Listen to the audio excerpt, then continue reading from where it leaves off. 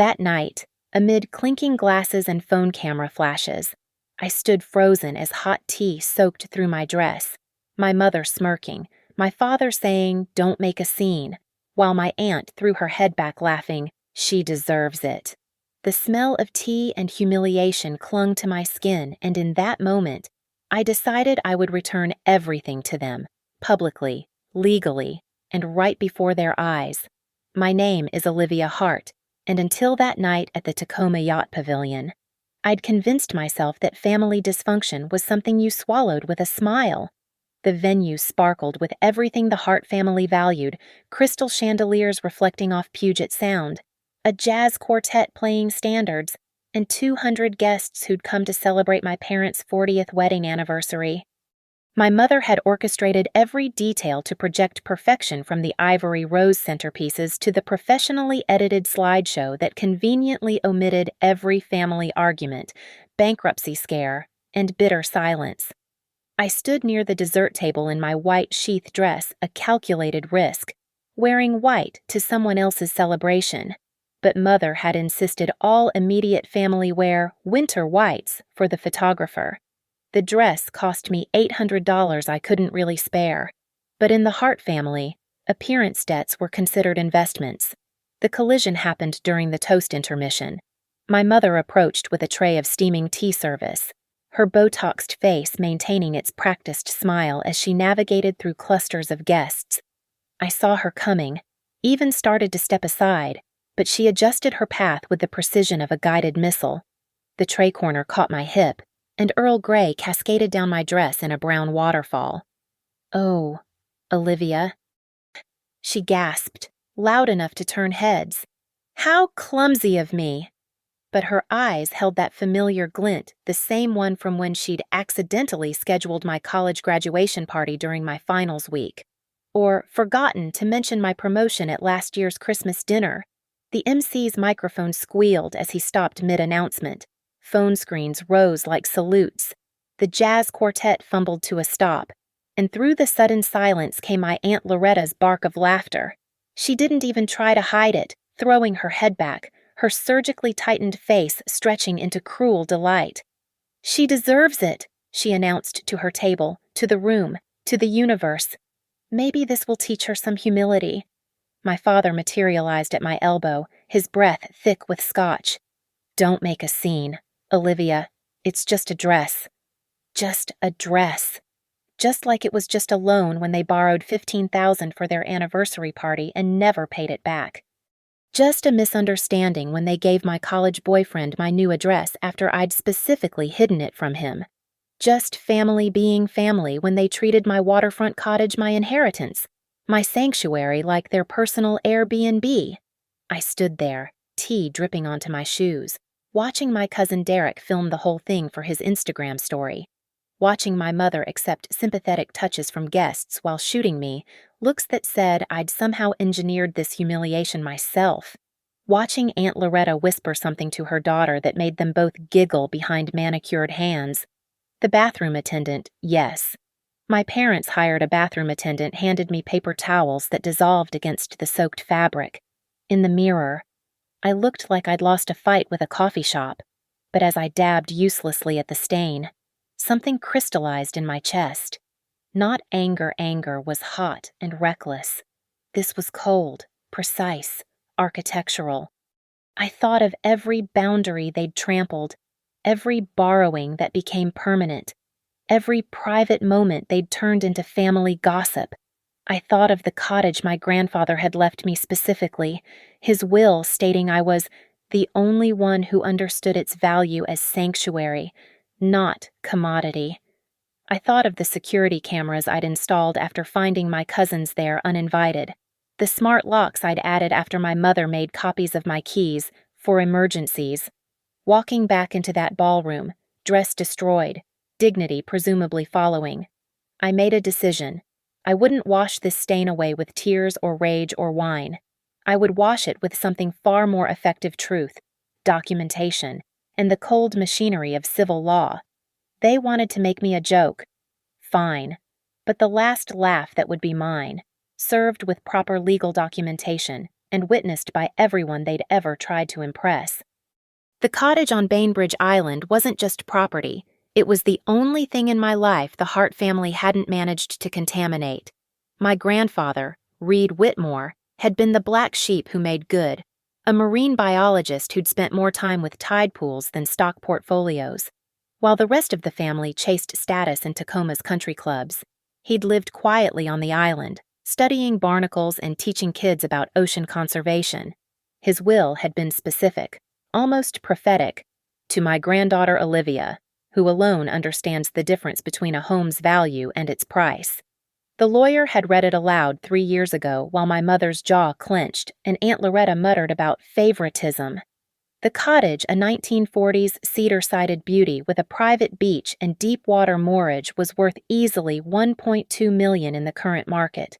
But to me, it was worth infinitely more. It was proof that someone in this family had actually seen me. I'd spent every weekend that first year restoring it myself, stripping decades of paint from the original beams, installing a state-of-the-art security system that seemed like overkill until it wasn't, adding a Ring doorbell, Arlo cameras covering every angle, smart locks with unique codes I could grant and revoke remotely, the kayak dock I'd built with my own hands, following YouTube tutorials and making 3 trips to Home Depot for the right brackets, the native grass garden that attracted herons and occasionally a seal that would sun itself on my beach. My job at LumenPath Analytics paid well enough data strategy for Fortune 500 companies wasn't glamorous, but it was lucrative. The cottage became my decompression chamber. After weeks of PowerPoints about conversion funnels and customer acquisition costs, I'd drive onto the ferry and feel my shoulders unhunch as Seattle's skyline receded. The cottage was where I could exist without performing, without apologizing, without calculating the emotional ROI of every interaction. The family's first intrusion had been subtle. A text from my mother. Cousin Beth needs a peaceful place for her divorce recovery. Just a week.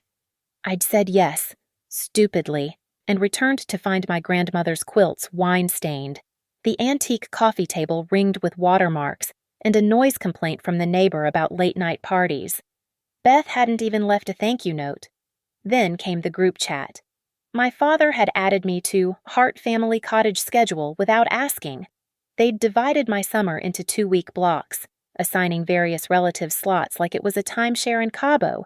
I'd responded by changing all the locks and codes, explaining that the cottage wasn't communal property. The pushback was swift and brutal. Selfish, not what Grandpa would have wanted. Family helps family, but I held firm. The cottage was my boundary, my line in the sand, which is why finding that video on my cloud storage had been so jarring. My cousin Tyler, Loretta's son, trying different code combinations on my smart lock at 2:15 a.m. on a Thursday, his face perfectly captured by the infrared camera. He'd given up after 12 attempts, but the intent was clear. They weren't just pushing boundaries anymore. They were trying to eliminate them entirely. My parents, who owned an event planning business called Memorable Moments, understood image better than anyone. Their entire existence was curated for external consumption. My mother had 40,000 Instagram followers who thought she was a lifestyle guru. My father gave talks at business conferences about family values and entrepreneurship. But behind the ring lights and inspirational quotes, they were leveraged to the hilt, borrowing from Peter to pay Paul, always one bad quarter away from bankruptcy.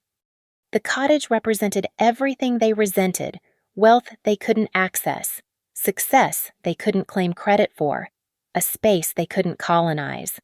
Every family gathering included at least one joke about my selfishness.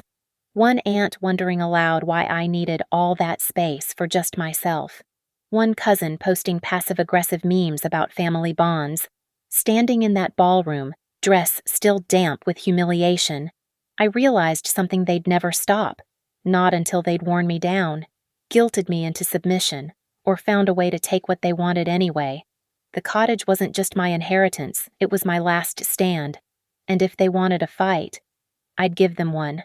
Not with screaming matches or emotional manipulation, the Hart family weapons of choice.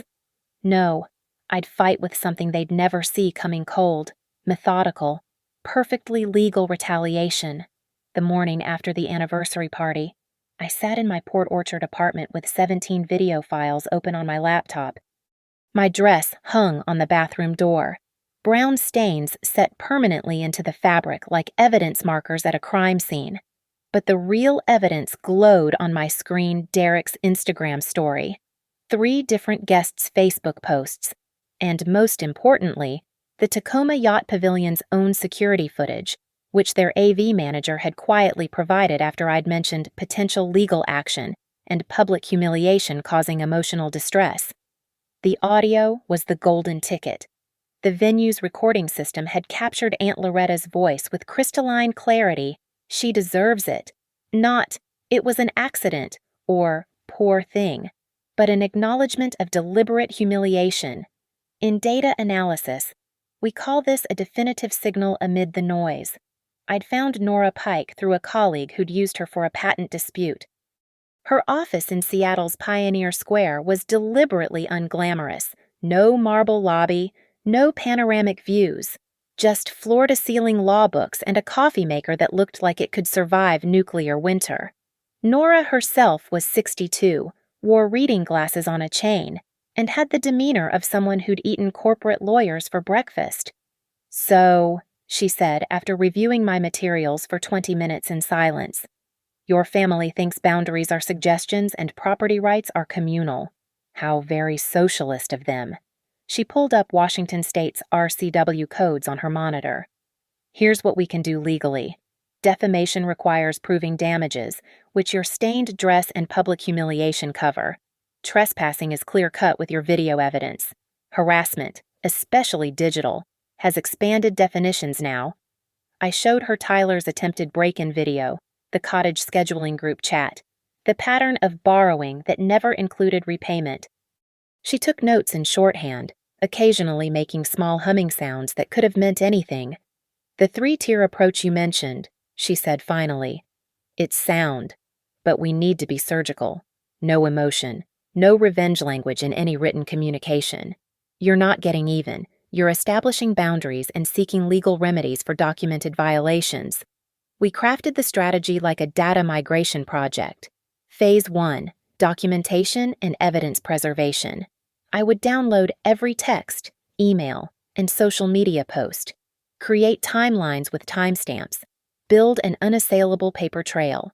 Phase 2, legal positioning. Cease and desist letters for the cottage intrusions. Formal demand for apology regarding the public humiliation. Establish the legal framework before the nuclear option. Phase 3, public accountability at the grandmother's birthday party. "The beauty of serving papers at a family event," Nora explained, "is that it's perfectly legal and impossible to ignore. Process servers are professionals. They'll be discreet until the moment of service. And if your family films everything like you say, they'll document their own accountability moment." The retainer was $5,000. I paid it without blinking. Some people spend that on therapy. I was spending it on something far more therapeutic. Back home, I became a digital archaeologist. The family group chat alone yielded gems. Loretta discussing how someone needs to put Olivia in her place. My mother lamenting that I lorded the cottage over everyone like some kind of queen. Tyler joking about just showing up, what's she gonna do? Call the cops on family? Yes, Tyler. That's exactly what I'd do. I created folders within folders, all backed up to multiple cloud services with hash values for authentication. Tea incident, cottage intrusions, financial exploitation, digital harassment. Each file was renamed with date stamps and participant codes. My data strategy skills were finally serving a personal purpose. The cease and desist letters were works of art. Nora had crafted language that was simultaneously professional and chilling. Any further attempts to access the property located at address without explicit written permission will result in criminal trespassing charges and civil litigation seeking damages not less than $50,000 per incident. But the masterpiece was the public apology demand. We weren't asking for money that would let them paint me as greedy. Instead, we demanded a written apology to be read aloud at a family gathering, acknowledging the deliberate nature of the humiliation and expressing genuine remorse. The kind of accountability the Hart family avoided like a tax audit. "They'll never do it," Nora had warned. "I know," I'd replied. "That's the point. When they refuse, we escalate with cause." I thought about Grandpa Reed while organizing evidence.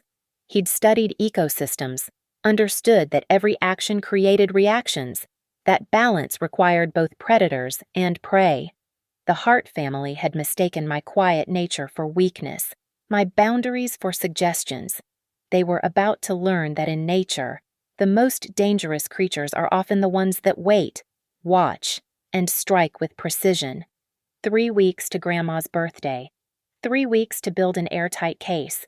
3 weeks until the Hart family learned that actions, especially those captured on video and audio, have consequences. The trap was elegant in its simplicity. On Tuesday morning, I posted an Instagram story visible only to my carefully curated close friends list that included every Hart family member. A sunset photo from the cottage with the caption, "Off to Singapore for a data conference, 3 weeks of workshops and pad thai." House sitter fell through, so the cottage will be empty. Fingers crossed everything's okay when I get back. Then I disabled the automated scheduling system that usually showed when I was home, leaving the calendar bare. To anyone checking, and I knew they would check, the cottage would appear undefended for the first time since I'd installed the security system. In reality, I was sitting in my Port Orchard apartment, laptop open to my security dashboard, watching my cottage like a hawk watches a mouse field. Every camera angle filled a section of my screen. Motion sensors were set to maximum sensitivity. The smart doorbell would alert me to anyone who came within 6 feet of the entrance. The dock sensors could detect the weight difference between a seagull and a human. I didn't have to wait long. Thursday, 11:43 a.m. The family group chat, which I never responded to but religiously screenshotted, came alive. "Mom, Olivia's in Singapore according to her Instagram." Loretta, "Must be nice, jetting off whenever.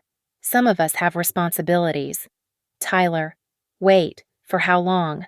Mom, 3 weeks, she said. Beth, "Didn't she say her house sitter canceled that cottage all alone on the water?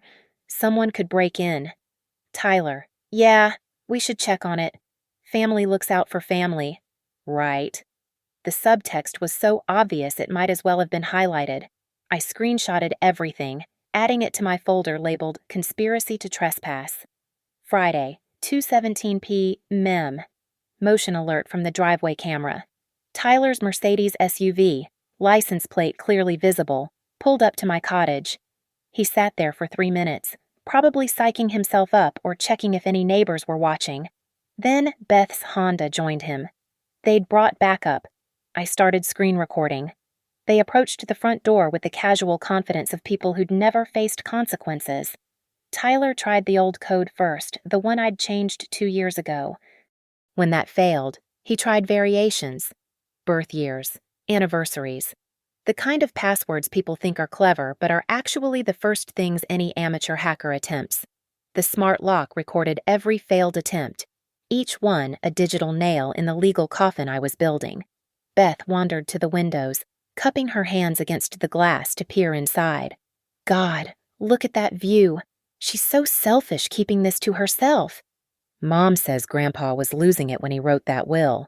Tyler responded, now trying to jimmy the sliding door to the deck. Should have been divided equally among all the grandkids. The deck door's sensor triggered.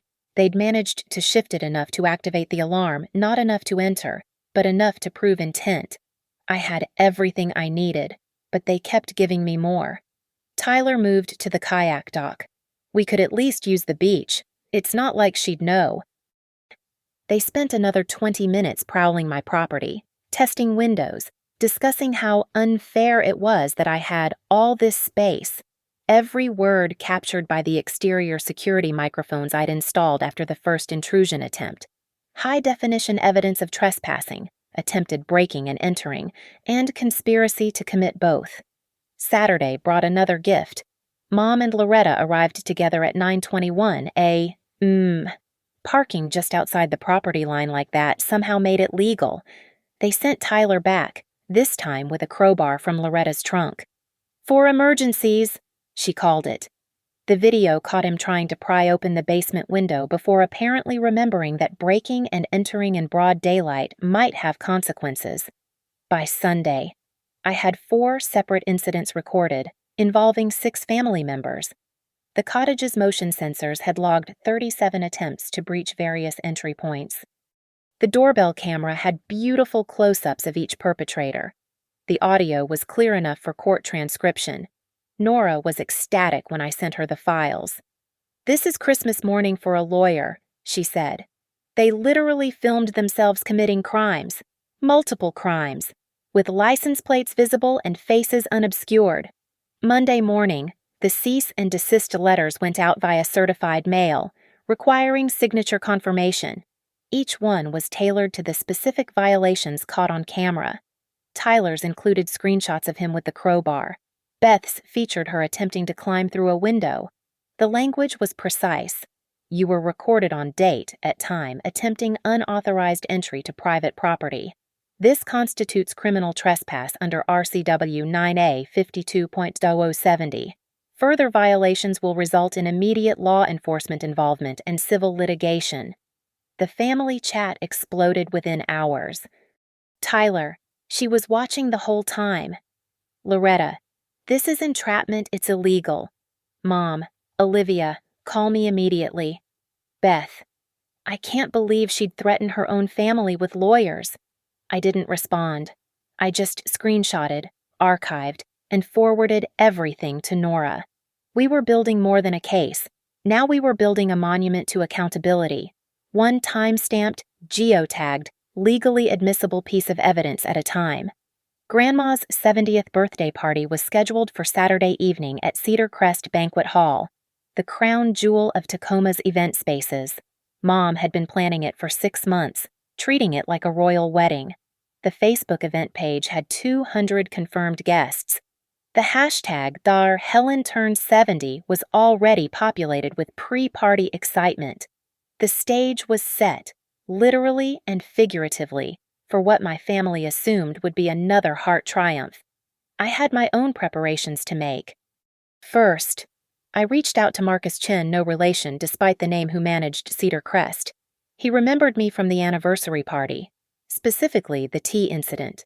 "That was unfortunate," he said carefully when I visited his office. "Your aunt's reaction was notable. Notable enough that your security cameras caught it." He nodded slowly. "We keep footage for 90 days, for insurance purposes." "I'm producing a video tribute for my grandmother," I explained, sliding a check across his desk. "A reflection on family memories. I'd like to ensure it plays during the designated tribute portion of the evening." Marcus understood subtext. In the event industry, he'd seen every family dysfunction imaginable. "The tribute slot is yours, 8:30 p.m., right after dinner, before cake." Next came the process servers. Nora recommended a firm that specialized in sensitive situations. The lead server, a woman named Patricia who looked like she could be anyone's aunt, listened to my requirements without judgment. "Family events are actually ideal," she said. "Multiple targets in one location, plenty of witnesses. No one can claim they weren't properly served." "I need it timed precisely," I explained. 8:35 p.m., immediately after my video plays. We've done choreographed serves before. Consider it handled." The video itself took me 3 days to perfect. I called it The Truth in Love, a Family Portrait. It opened with beautiful footage of Grandma through the decades her wedding, holding her children, family Christmases. The music was soft, nostalgic. Then, at the 45-second mark, it shifted. "But families are complex," my voiceover began as the tea incident footage appeared. "Sometimes love looks different than we expect." The video cut between the spilled tea, Loretta's cruel laughter, and her words, "She deserves it." Then to Tyler with the crowbar at my cottage, Beth trying to shimmy through a window, Mom and Loretta sitting in the car, directing the attempted break-in like suburban crime bosses. Each clip was time-stamped, labeled with the relevant legal statute violated. The cottage intrusion attempts were accompanied by excerpts from Grandpa Reed's will, highlighting his specific intent that the property remain solely mine. The financial exploitation was documented with screenshots of loans never repaid, promises broken, boundaries ignored. The closing shot was me, looking directly at the camera. Family means accountability. Love means respect. And boundaries aren't suggestions, they're requirements. 2 minutes total. Long enough to be undeniable. Short enough that no one could stop it once it started. By Thursday, the family chat was in overdrive about the party. Cousins discussing outfits, aunts coordinating carpools, everyone pretending the cease and desist letters hadn't happened. The Hart family specialty aggressive denial until reality became unavoidable. I found an unexpected ally in my cousin Sarah, Derek's younger sister. She called me Thursday night. "I know we're not close," she began, "but I wanted you to know that not everyone thinks what happened was okay. The tea thing was cruel. And the cottage stuff. Tyler's been bragging about how they're going to wear you down eventually. I think what you're doing, whatever it is overdue.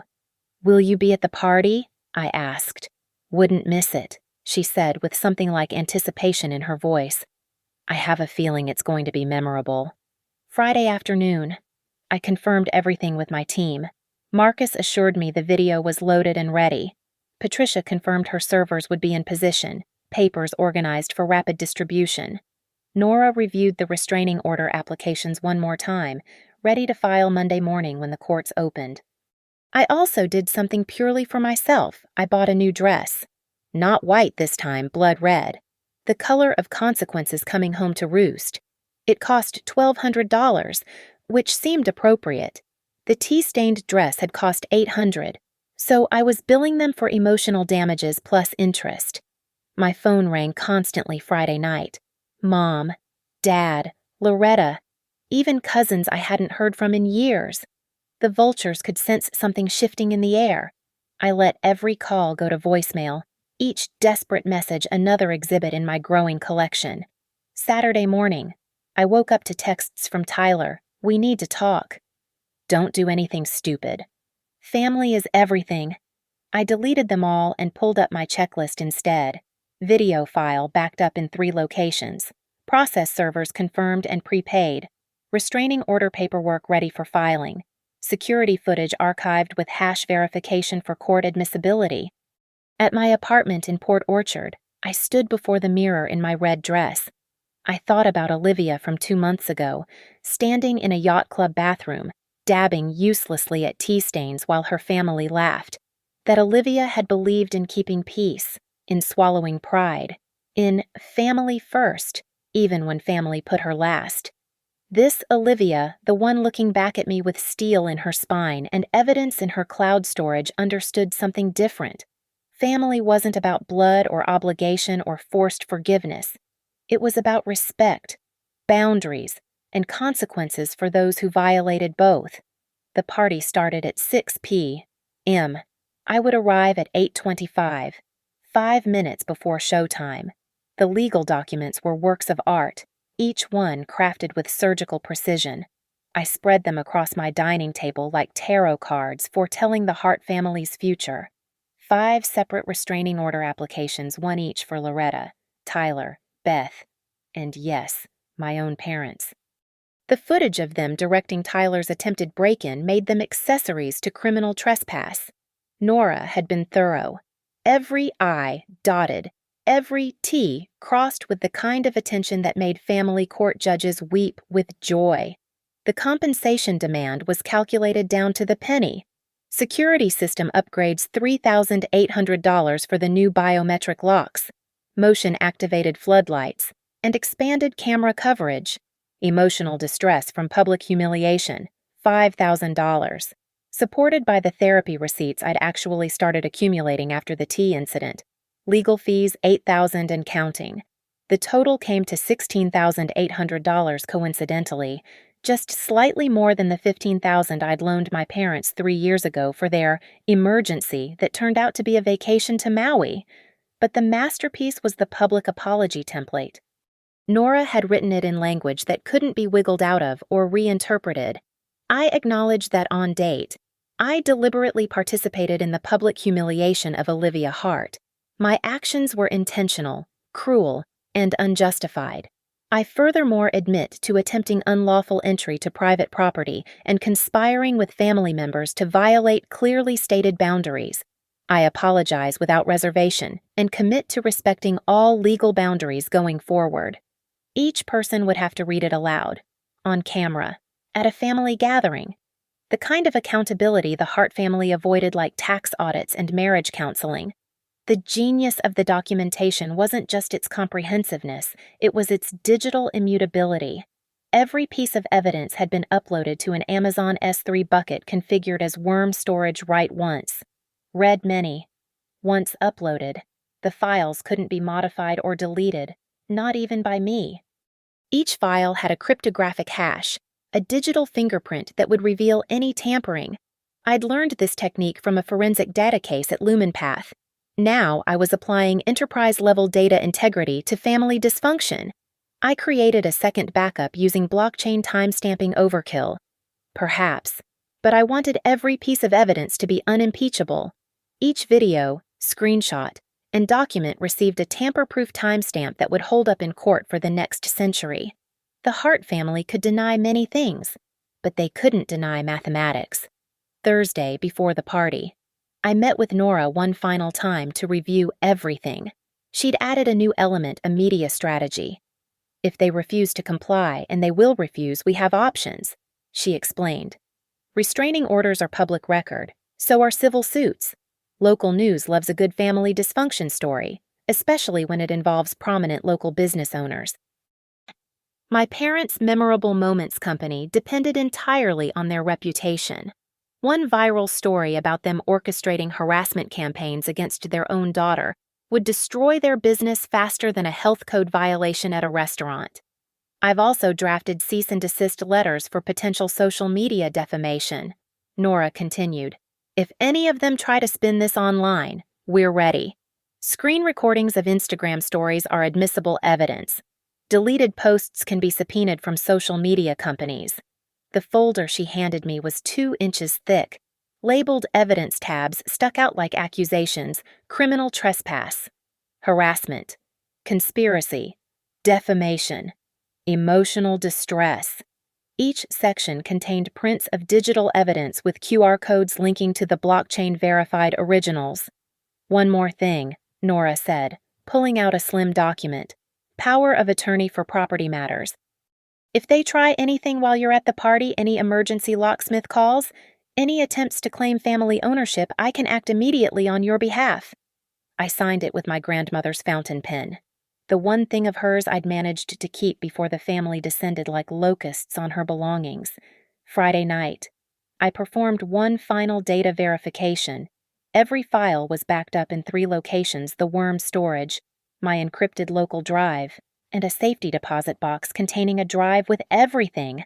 The cloud storage alone would cost me $200 a month to maintain. But it was worth it. This wasn't just evidence, it was an archive of accountability.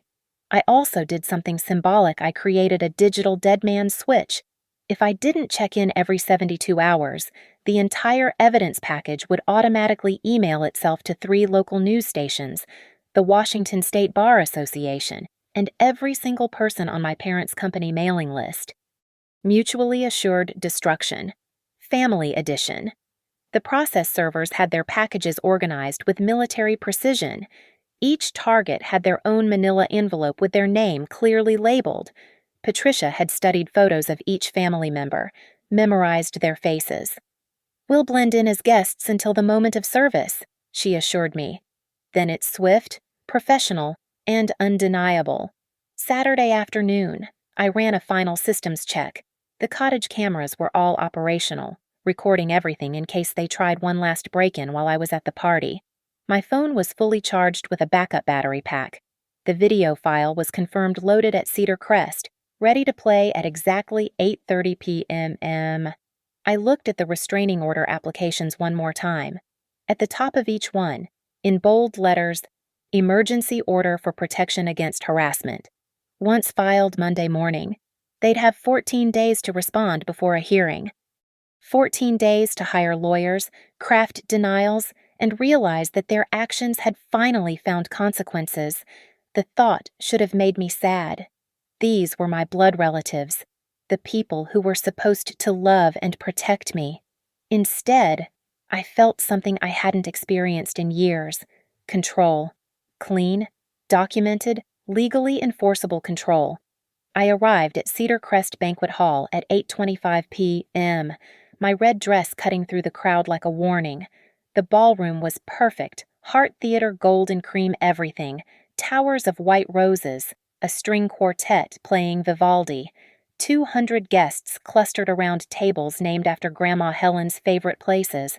The LED screen above the stage cycled through decades of family photos, all carefully curated to show only smiles, never struggles. Mom spotted me first. Her face went through 3 expressions in rapid succession: surprise, anger, then the forced smile she deployed for public consumption. Olivia. "We weren't sure you'd come. Wouldn't miss Grandma's 70th for anything," I said, loud enough for nearby guests to hear. "Family is so important." Loretta materialized beside her sister, champagne flute in hand, diamonds catching the light. "Love the dress, dear. Red is so bold." "I thought it was appropriate," I replied. "The color of truth." Tyler lurked by the bar, his eyes tracking my movement. Beth whispered frantically to her husband. Dad stood with his business partners, pretending not to notice my arrival. The family telegram system was in full effect within minutes. Every heart knew I was here. 8:28. Marcus caught my eye from the tech booth, nodded slightly. Everything was ready. I walked to the family table, where Grandma Helen sat in her wheelchair, wearing the pearl necklace Grandpa Reed had given her 50 years ago. "Happy birthday, Grandma," I said, kissing her papery cheek. "Olivia, sweetheart, you look beautiful. Like a cardinal among sparrows." 8:30. The lights dimmed. Marcus's voice came over the speakers. "Ladies and gentlemen, please direct your attention to the screen for a special tribute to Helen Hart." Mom preened, assuming this was one of her planned segments. The screen lit up with the title, "The Truth in Love, a Family Portrait." My voiceover began, warm and nostalgic, as photos of Grandma through the decades appeared. The guests made appropriate cooing sounds at baby pictures, wedding shots, family Christmases, then the shift. But families are complex. Sometimes love looks different than we expect. The tea incident exploded onto the screen in high definition. The sound of Loretta's laughter filled the ballroom. "She deserves it." The words seemed to hang in the air like an accusation. Mom shot to her feet. "Turn it off." But Marcus was a professional. The video continued. Tyler with the crowbar, Beth climbing through my window, the timestamp, the legal statute. Mom and Loretta in the car, orchestrating. Each violation methodically documented, irrefutably captured. The ballroom was silent except for the video and the sound of phones being raised to record. The Instagram generation understood assignment. This was content gold. My voice continued over the footage. When family becomes threat, boundaries become necessity. When love becomes manipulation, truth becomes defense. The final clipped me looking directly at the camera, at them, at everyone. Family means accountability. Love means respect. And boundaries aren't suggestions, they're requirements. The screen went dark. For 3 seconds. Nobody moved. Then Patricia and her team emerged from their positions around the room, moving with practiced efficiency toward their targets. They wore neutral blazers, looked like hotel staff until you noticed the documents in their hands. "Loretta Hart." Patricia's voice cut through the stunned silence. "You've been served." The envelope was in Loretta's hand before she could react. Another server found Tyler by the bar. "Tyler Morrison. You've been served." Beth received hers near the dessert table. My parents, standing frozen by their table of business associates, were served simultaneously. "What is this?" Loretta shrieked, tearing open the envelope. Her face went white as she read. A restraining order. Are you insane? I stood and walked to the microphone at the podium. My voice was steady, carrying to every corner of the room. 3 weeks ago, my family assaulted my dignity for entertainment. 2 weeks ago, they attempted to break into my home. Tonight, they're receiving the consequences they've earned. Every action was filmed, every word recorded, every crime documented. Mom lunged toward the microphone, but Marcus had security in place. 2 discreet gentlemen who simply stood between her and the podium. Those who've been served have 14 days to respond in court. The evidence package includes video of criminal trespass, conspiracy, and attempted breaking and entering. I'm also seeking $16,800 in damages coincidentally, almost exactly what you've borrowed from me over the years and never repaid. Tyler stepped forward. You can't do this. We're family. Family doesn't mean immunity from consequences, I responded. It should mean holding ourselves to higher standards, not lower ones. I pulled the USB drive from my clutch, held it up. This contains everything, every video, every screenshot, every legal document. Copies have been secured with my attorney, in safety deposit boxes, and in tamper-proof cloud storage. Any attempt at retaliation, any social media smear campaign, any further boundary violations will result in immediate escalation to criminal charges. Grandma Helen watched everything with an expression I couldn't read. I walked to her, knelt beside her wheelchair. I'm sorry it had to be tonight, Grandma, but they would never have stopped. You taught me that flowers need both sun and boundaries to grow. This is me, building my greenhouse. She touched my face with one trembling hand. Your grandfather would be proud. He always said you were the only one with spine enough to stand alone. I stood, faced the room one last time. For everyone else here, enjoy the party. The cake is beautiful, the food is exceptional, and you've just witnessed the Hart family's first lesson in accountability. I walked toward the exit, heels clicking on marble. Behind me, chaos erupted, shouting, accusations, someone's wine glass shattering, the sound of papers rustling as they actually read what they'd been served, the flash of phone cameras capturing it all. At the door, I turned back once. Loretta was screaming at Patricia, who maintained professional calm. Tyler was on his phone, probably calling a lawyer. Mom was crying real tears for once, not the performed kind. Dad stood frozen. The business partners he'd been impressing now backing away like failure was contagious, and scattered on their tables, like confetti at a wedding, lay the legal documents that would redefine every family gathering from this night forward: restraining orders, damage demands, the proof that actions have consequences, even especially when it's family. The parking lot was chaos orchestrated. I walked steadily toward my car, the red dress catching the light from the venue's exterior floods. Behind me, Cedar Crest's automatic doors kept sliding open and closed as family members spilled out, their voices carrying across the asphalt like accusations on wind. Olivia, stop. Mom's voice, desperate now, the public facade completely shattered. I reached my car, placed the original documents folder on the passenger seat. Through the rear window, I could see Loretta trying to tear up the papers, but Patricia, still maintaining her professional demeanor, calmly informed her that electronic copies had already been filed with the court. The shredded paper in Loretta's hands meant nothing. The digital age had made her tantrum obsolete. Tyler ran toward my car, but I was already pulling out of the space. In my rearview mirror, I watched him stand there, illuminated by my brake lights, holding his phone like a weapon with no bullets. The crowbar he'd brought to my cottage had been more honest, at least that was a tool with clear intent. Now he was just a man with legal papers and no leverage. My phone, tucked in the center console, buzzed incessantly. The family group chat was certainly exploding, but I'd already muted it. Those notifications were just digital death throes of the old order, the Hart hierarchy collapsing under the weight of consequences. I drove past the valet station where more guests were leaving early. Their evening's entertainment concluded with unexpected fireworks.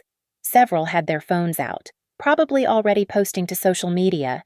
By morning, the Hart family's carefully curated image would be roadkill on the information superhighway. One final scene played in my rearview mirror, Dad standing by the entrance. His business partners nowhere to be seen. He looked smaller somehow, like accountability had physically diminished him. For 40 years, he'd built a reputation on family values in entrepreneurship. Tomorrow, he'd wake up to a new reputation: the father who directed a break-in of his daughter's home and got served legal papers at his mother-in-law's birthday party. The cottage was 50 minutes away, across the Tacoma Narrows Bridge and onto Bainbridge Island. I drove in silence, no radio, no podcast, just the sound of tires on asphalt and my own steady breathing. The bridge's towers lit up against the dark sky like guardians, and I thought about boundaries, how they hold things up and keep things apart simultaneously. My phone's emergency bypass rang Nora's number. "The courthouse opens at 8:30 a.m. Monday," she said without preamble. "We'll file everything first thing. The judge I'm hoping for usually reviews restraining orders by noon." "They'll fight it." "Let them. We have video evidence of attempted breaking and entering. We have conspiracy captured in their own group chat. We have witnesses from both events. They can fight gravity too. But they'll still fall." I ended the call as I pulled into my cottage driveway. The security lights activated, flooding the property in LED brightness. The cameras recorded my arrival, adding it to the endless loop of documentation. Every angle covered, every moment preserved. Inside, I poured a glass of wine, the good stuff, a Walla Walla Syrah I'd been saving, and stood on my deck looking at the water. The sound was calm tonight, moonlight turning the surface into hammered silver.